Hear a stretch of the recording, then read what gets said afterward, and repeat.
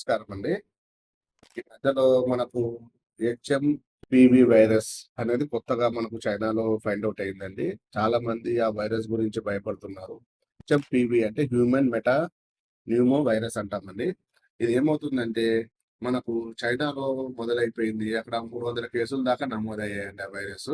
కానీ మన ఇండియా విషయంలోకి వస్తే బెంగుళూరులో, అహ్మదాబాద్‌లో ముగ్గురికి ఈ వైరస్ అనేది అటాక్ అయిందండి. అంటే వాళ్ళ చిన్న పిల్లలు.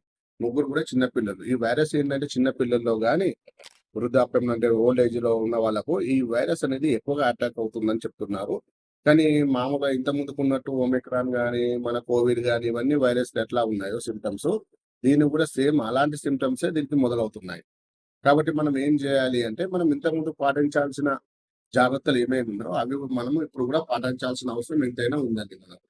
కాబట్టి మొదటగా ఏందంటే మనకు దగ్గు, విపరీతమైన పొడి దగ్గు, శ్వాస తీసుకోవడం ఇబ్బందికరంగా ఉండడము, దాంతో పాటు మనకు దగ్గు, జలుబు ఇవన్నీ కామన్ సింప్టమ్స్ అనేటివి బయటపడుతున్నాయి. అలాగే జ్వరం ఎక్కువగా ఉండడము, అలాగే స్కిన్ ర్యాషెస్ ఏర్పడము, ఇలాంటి లక్షణాలు అనేటివి ఈ వైరస్‌లో కనిపిస్తున్నాయి. కాబట్టి మనం ఈ వైరస్ నుంచి బయటపడాలి అనుకుంటే, మనకి ఇండియాలో ఆల్రెడీ మన చాలా మందికి అవేర్‌నెస్ పెరిగిపోయిందండి.